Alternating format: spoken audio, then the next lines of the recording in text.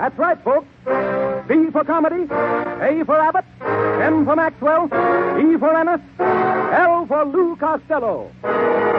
Yes, they spell camel. Your taste will tell you about camel's rich, full flavor. Your throat will welcome camel's cool mildness. So draw up a chair for tonight's Camel Show starring Bud Abbott and Lou Costello.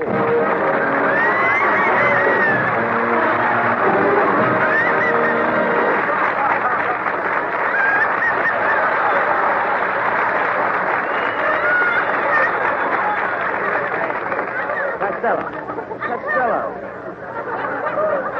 What happened to you? Why are you late? Oh, am I in trouble, Abbott?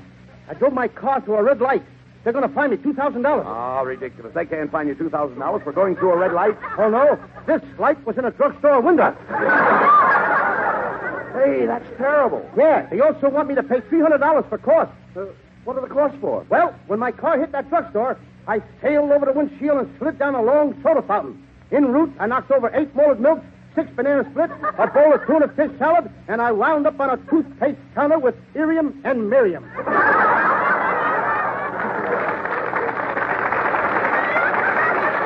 Hey, wait a minute. Anything else? Yeah, the policeman took my Boy Scout knife and my Lone Ranger revolver out of my car. Costello, why do you carry a knife and revolver when you drive a car? So I can shoot up one street and cut across the other. Hey, Costello, are you one of those Hollywood drivers, Lou, who drives like a madman and pays no attention to the pedestrians? Or are you the other kind? What other kind? There's others? Yes, there's others. Where were you going in such a hurry? Well, I had a date with one of those Towers models. She had one of them funny names. Was it Candy Jones? No. Chili Williams? No. Choo Choo Johnson? No. I got it. Sour Cream Shapiro. Sour Cream Shapiro? Yep. Say, she's the most popular girl in this neck of the woods. Any girl that next in the woods must be popular. But I ain't going out with this girl no more. She lives in Glendale. And over there, they got a 12 o'clock curfew. Well, they have a 12 o'clock curfew in every town, Lou. At noon? Costello, day by day you get more stupid. How can you be such a consistent idiot? I got a charge account. What's your excuse? What's my excuse? What's your excuse? No, just look at you. Your appearance is disgraceful. Look, why didn't you wear that new shirt I gave you? I can't. The collar is too high. Every time I hiccup, my head disappears. I don't know why you ever come here tonight. Well, I had to have it. Why? All my little kid friends, they're all waiting for me to tell them a story of one of those famous stories I always tell them. Only tonight I'm going to tell them about Aladdin and his wonderful lamp. Oh, do tell. I'm going to tell her right now. The only thing is, Abbott, I ask you to keep your mouth quiet and shut up, and you don't say nothing. Oh, no. Now, you don't interrupt me at no time at all while I tell the story. Don't worry about me. Not like you do every week. No. So why don't you slip over to Tom Brenneman's and get yourself an orchid? Go ahead with the story. I want to hear it. Okay. All right. Now, little kitty, here I go. All right. Once upon a time, there was a little boy named Aladdin. Aladdin who? Aladdin who? Aladdin who? Yeah. Aladdin of foreign country. All right, go ahead. Abbott, I asked you to leave me alone. You're all right. I just pretty want to make soon. sure. I never heard this story. Now, keep quiet. All right, I'm sorry. You get me so mad. Now, take it easy. Now, Aladdin had a magic carpet. He sat on a carpet and zoop, it flew up in the air. Now, as soon as the carpet flew up in the air... What made the carpet go up? What made the carpet go up? Yeah. The OPA took the ceiling off and up it went. Now, look, Abbott. All right, go ahead. Let's hear the story. Now, look, Abbott, I'm asking you for the last time to please keep your mouth All right, now, don't take it so and serious. make such a fool All right, out of me take it in front of easy. the kids. All right, go ahead. Now, one day Aladdin was flying along on his carpet when another guy went passing a rug. This guy pulled out a towel and started shooting at him. Now, Aladdin didn't want nobody to shoot at him. Wait a minute, Lou. because he Now, had wait no a minute. defense. Hold on. How could he shoot at him with a towel? This was a cannon towel. What do you get me? See me all mixed up now. Go keep ahead quiet. with the story. Now, one day Aladdin found an old lamp. A real old lamp. Oh, the lamp was so old, it was extinct. Yeah, it was extinct. It smelled from oil. All right. Why do you keep on this? Now, let me tell a story. Well, go ahead. Tell it. Now, Aladdin rubbed the lamp, and yoink, a genie appeared with a white horse.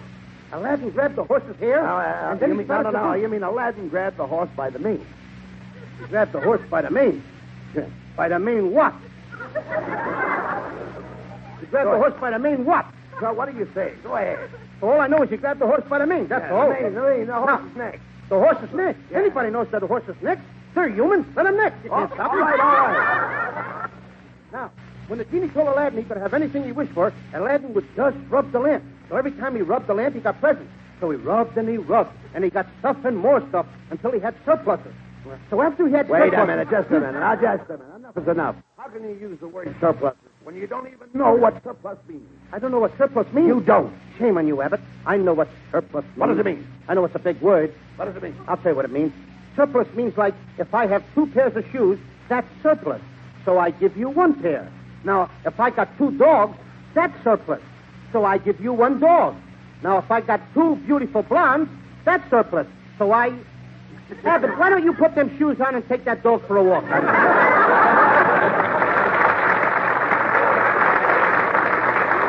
Wait a minute, you faker.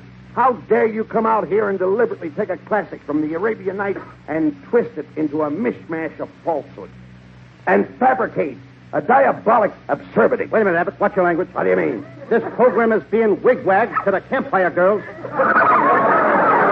Costello, are you trying to ridicule me? Your friend who sticks to you through thick and thin. Why do you treat me so shamefully? Oh, I'm a bad boy. And are you sorry you told that story? But I've told that story with great success many times on the radio. How is it I never heard you tell that story on the air? Well, well, it so happens I did the story in the East, and it was transcribed from an earlier hour so it could be turned off at a more convenient time.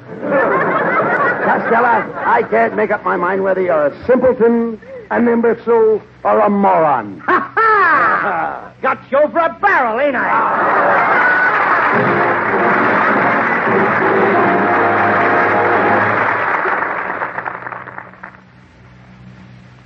According to a recent nationwide survey, more doctors smoke Camels than any other cigarette.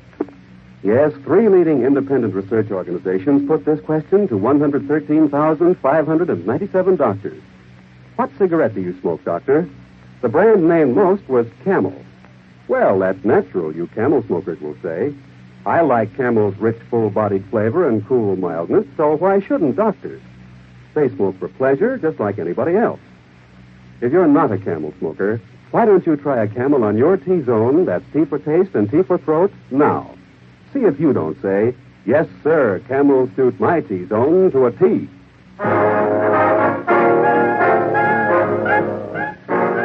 Light up a Camel cigarette and listen to Skinny Ennis sing. Met a gal in calico down in Santa Fe. Used to be her Sunday boat till I rode away. Do I want her? Do I want her long? Yes, sirree. Will I win her? Will I win her now? Wait and see. Working in a rodeo, go from town to town. See most every kind of gal, every kind of gal. But who made my heart sing? Yippee-yah, yippee-oh, my little gal, Calico.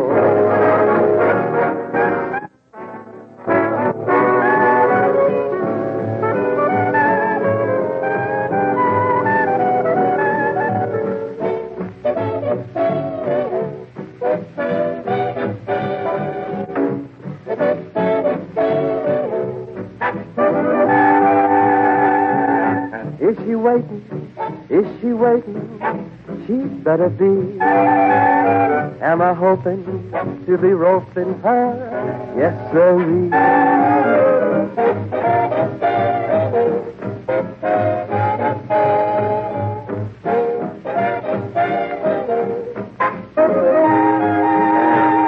But who made my heart sing? Yippee-yah, yippee-yah, my little gal in Calico.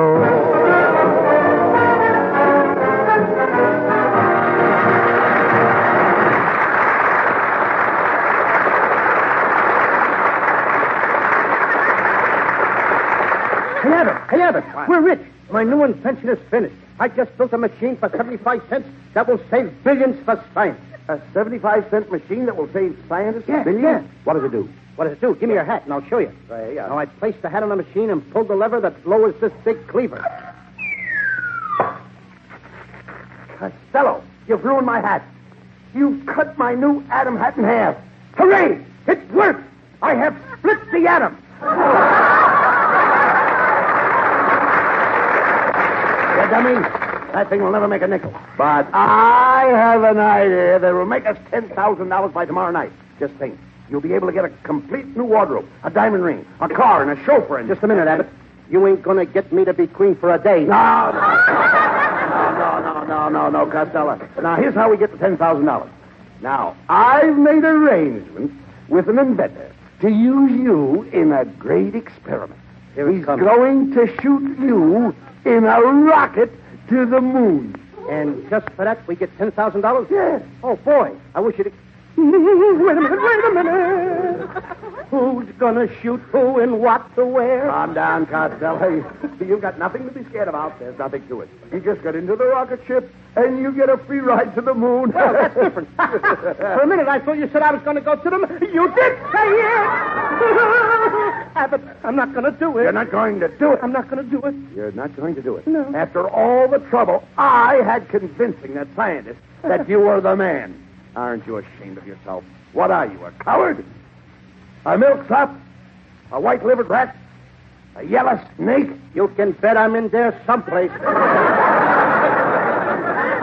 I ain't going to do it. Shame on you, Costello. You're not going to do it. Think of me. Think of what I went through convincing a scientist that you should have this great opportunity, that we should make $10,000. Do you realize the scientist turned you down 3 times? He did? He did. He didn't want you to go in that rocket, but I forced the issue. That's my pal. You bet your life. I insisted on it. Forced the issue. Absolutely. When the guy didn't want me, you forced I the forced issue. the issue. So off I go. That's where you go. That scientist said you didn't have brains enough to fly a kite, let alone a rocket. He said you were an incompetent nincompoop, a bloated blockhead, and a nitwitted nanity. Mm-hmm. That scientist said I was an incompetent nincompoop, a bloated blockhead, and a nitwitted nanity. Was that his message to me? Yes. Then I want you to take my answer back to him. What is it? You tell him he's right. Period. P.S. I ain't going to do it. Look, dog sense. Those rocket ships are safe. They operate on uranium-235. Haven't you heard of uranium-235? No, but I know a honey at Main 532. No. I'm talking about the scientific formula for uranium-235. Oh, Abbott, why didn't you say so? I just happen to have it on me. Oh, swell. Uranium-235 is an isotri. It's surrounded by Twissenfrat's activity, activated by charcoal gum. Ha-ha! You didn't think I knew it, eh? With electrical rheostat on the Atchison, Topeka, and a Santa Fe. All this is in the process of. Process of what? Exactly. And on that you may quote me. Come in. Greetings, Mr. Abbott. Where is the chump? Sucker. The boy who's going to the moon in my rocket. Right here, Professor. This is Lou Costello. Mr. Costello, to make this experiment, you should have your parents' consent. Where is your mater and pater? They went to the theater with my braider and satyr. Well, I hope I have more luck with you than we've had with the other 35 rockets I've aimed at the moon. You shot 35 guys up there already? What happened to them? I don't know. I lose more darn rockets that way. Well, I ain't going. That moon is a terrible place. Oh, no, my boy. The moon is lovely. The moon is made of green cheese. How did he get that cheese way up there? Haven't you heard of the buttermilk sky? My, that's pretty. Would you care to churn in? I don't mind. Let's skim through it together. All right, Costello, cut it out. Costello. Professor Costello will be ready to take off tomorrow morning. Just a second, Professor. What kind of a rocket is this? Well, it has 46 propellers. It's air-conditioned. It has a snack bar. What makes it run? Twisted rubber band. Twisted rubber bands? That was a snappy answer. I got my laugh, Fatty. Don't stretch it. Forget him, Costello. We haven't got much time. Now, what equipment will you need for the trip? Well, as long as you talk me into it, Abbott, I'll need a supply of food and a native girl in case I get lost. Some warm clothing and a native girl in case I get lost. A camera and a native girl in case I get lost. And a map of Rhode Island. Why are you taking a map of Rhode Island? That's to make sure I get lost. Hiya, fellas. Hello, Skinny. Hello, Hoghead. I heard you were going to the moon, and I brought you something to take along. A pair of skunk ear muffs. What for? In case you meet a skunk with cold ears. Kitty, who is this with you? Oh, pardon me. Hey, Costello, this is my girlfriend, Gwendolyn. She came down to get a last look at you. Oh, Mr. Costello, I consider myself fortunate to meet such a creature of such intellectual stature. I think you're beautiful. Just beautiful, beautiful, beautiful. Abbott, this kid sounds like she's got a snooty full. This association gives me the same satisfaction and exhilaration as that musical composition, cement mixer, puppy puppy. What does she gargle? Brillo? Well, I must make my departure, and may I make you my congratulations on your venture into the future? You bet you're, and I'm glad to have met yours. Well, goodbye, and I consider myself fortunate to have met up with you. Am I glad she's gone? This kid could ruin my dickin. And louse up my punctuation. Hey, look, Costello. Here comes Marilyn Maxwell. Ah, there you are, Louis, honey. Oh, Abbott, she called me by my maiden name again. Louis. Oh, Louis, honey, I've heard all about your brave gesture, my little bubble-nosed Buck Rogers. Oh, Marilyn, my fair-haired flying fortress. Make me your target for tonight and bomb me with kisses. Oh, Louis, honey, come into my arms. Bombs away. Marilyn, when I'm close to you like this, do you notice how my eyes light up? Yes, Louis, what does that mean? It must mean something. I ain't no pinball machine. Ah, Louis, darling, you're so romantic. You and I are like those two little lovebirds out there in that tree. See the little girl lovebird and the little boy lovebird? What do you think they're talking about?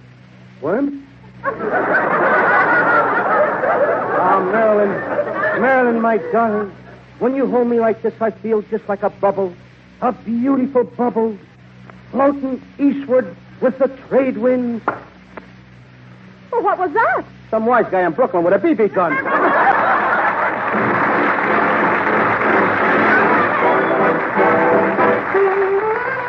Accompanied by the four hits, here is Camel's lovely Marilyn Maxwell from MGM, producers of the yearling. Marilyn sings...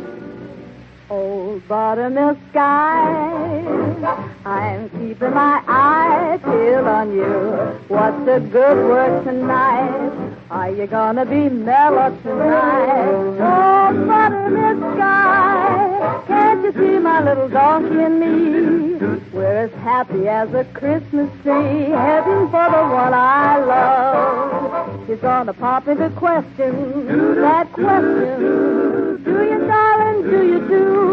It'll be easy, so easy, if I can only bank on you. Oh, buttermilk sky, I'm telling you why, now you know. Keep it in mind tonight, keep a bright and no clouds from sight. Oh, buttermilk sky, don't you tell me when I'm needing you most. Hang the moon above her hips and toes, hit me to the one I love. You can if you try. Don't tell me no lie. Will you be mellow and bright tonight, buttermilk sky? I'm gonna pop her that question. Do you, darling, do you do? It'll be easy, so easy, if I can only bank on you. You can if you try. Don't tell me no lie. Will you be mellow and bright tonight? Will you chase all the clouds from sight? Just for me. Just for me, buttermilk sky.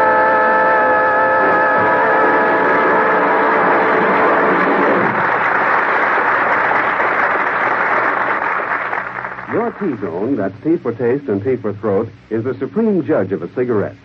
Try a Camel on your T-zone and see if the verdict isn't, Camel's for me. See if your taste doesn't register the most delighted approval of Camel's full-bodied, rich flavor, the mellow fragrance of its choice, superbly blended tobaccos. See if your throat is not in full accord with Camel's cool mildness. According to a recent nationwide survey, more doctors smoke Camels than any other brand. 3 leading independent research organizations asked this question of 113,597 doctors. What cigarette do you smoke, doctor? The brand named most was Camel. Yes? According to a recent nationwide survey, more doctors smoke Camels than any other cigarette.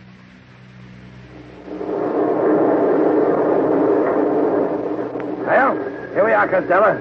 Come on, climb into that rocket. Abbott, I'm scared. I'm afraid of high places. I even get dizzy when I lick an airmail stamp. My boy, you have nothing to fear. I'm going to help you. First, I'll boost you into the rocket and strap you into the cockpit. Then I'll bolt a hydromatic gyro to your fuselage. I'll rivet your altimeter to your instrument panel. I'll connect your mixmaster to your radar. And then I'll weld your antenna to your oscillator. You wouldn't dare. You haven't got the nerve. Shame on you, Costello. Hey, look. Here comes the whole gang with Maryland to see you off. Oh, Louis, my darling, you're going to be a hero. When you come back, everyone will say... Costello, won't you tell us the secret of your fame? How you got that great reputation? How you and Rickenbacker and the famous Howard Hughes build up the nation's aviation. My advice to flyers is never to get cross. If your parachute don't open, report it to the board. Bon voyage, Costello, as you aim your rocket at the stars. Every well, great fella, give my regards to Mars. I've had more hours in the earth than any aviator. For years at Bullock Swoosh here, I ran the elevator. When you get there, Santa cheer. Good luck to you, Costello. Goodbye to you. Tell me, Costello, a great scientist like you must have some form of relaxation. What do you do to relieve nervous tension? What do I do? I'm a forever blowing bubble with my double bubble gum. Once I blew hard and I heard a splash. My gum flew in my father's mustache. It brought a great disaster.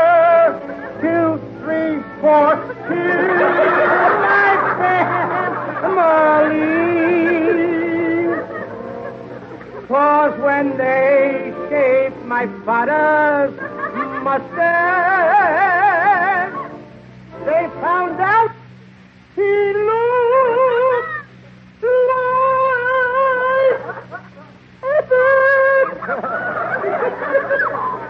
My honey, when you're way up in the stratosphere, I'm going to miss you so much. I'll just think of all those wonderful times we had together. Those gay nights at the Stork Club, those dinners at the Ritz, expensive wines that made our love a song.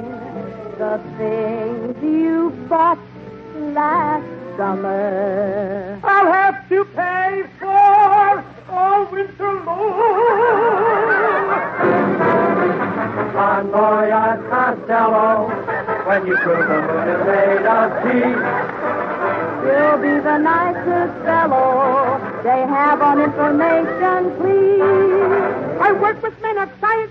I never look for glory. Even Einstein calls on me to mop his laboratory. Solar's expedition will be making history in the air. And as you start your mission, every heart will say a tender prayer. There's a man up in the sky who buys up old balloons. He also fires rocket ships. His name is Madman Moon. When you get here, let us hear. Good luck to you, Costello. I'll need it. Goodbye to you.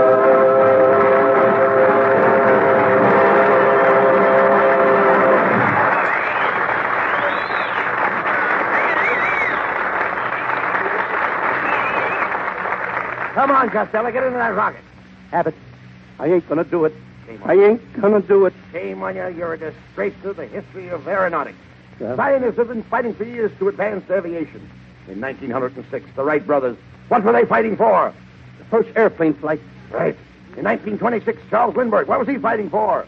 Fly the Atlantic Ocean. In 1936, Howard Hughes, what was he fighting for? To fly around the world. And in 1946, what are you fighting for? To stay on the Camel cigarette program.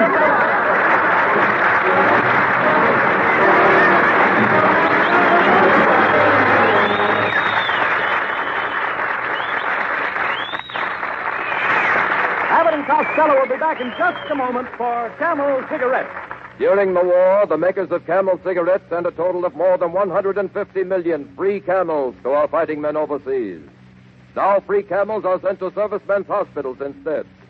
This week, the Camels go to Veterans Hospital, Mount Alto, Washington, D.C., U.S. Army Fitzsimmons General Hospital, Denver, Colorado, U.S. Naval Hospital, Bainbridge, Maryland, U.S. Marine Hospital, Norfolk, Virginia, Veterans Hospital, Oakland, California. Camel broadcasts go out to the United States 3 times a week, are rebroadcast to practically every area in the world where our men are still stationed, and to our good neighbors in Central and South America. And now here are Bud Abbott and Lou Costello with a final word. Well, Costello, that rocket to the moon tonight was certainly a fizzle. Yeah, it never left the ground. That guy ain't no inventor. I'm the guy that's got the invention. Now, what have you invented? Abbott, my new invention will do away with all electric toasters. There'll be no more electric toasters. No more electric toasters? You just plug in the bread. Oh, good night, folks.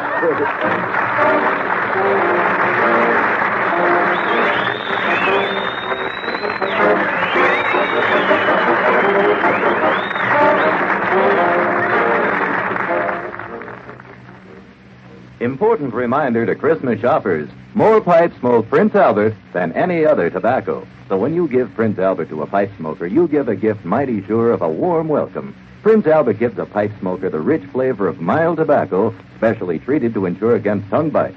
Smokes nice and even, too, because it's crimp cut. The big pound tin of Prince Albert is all ready to send. It has a special bright Christmas wrapper on which a gift card is imprinted. And Saturday night, be sure to hear Prince Albert's Grand Ole Opry with the popular singer of American folk songs, Red Foley. At Saturday night on NBC, Grand Ole Opry with Red Foley, the Duke of Paducah, and Minnie Pearl.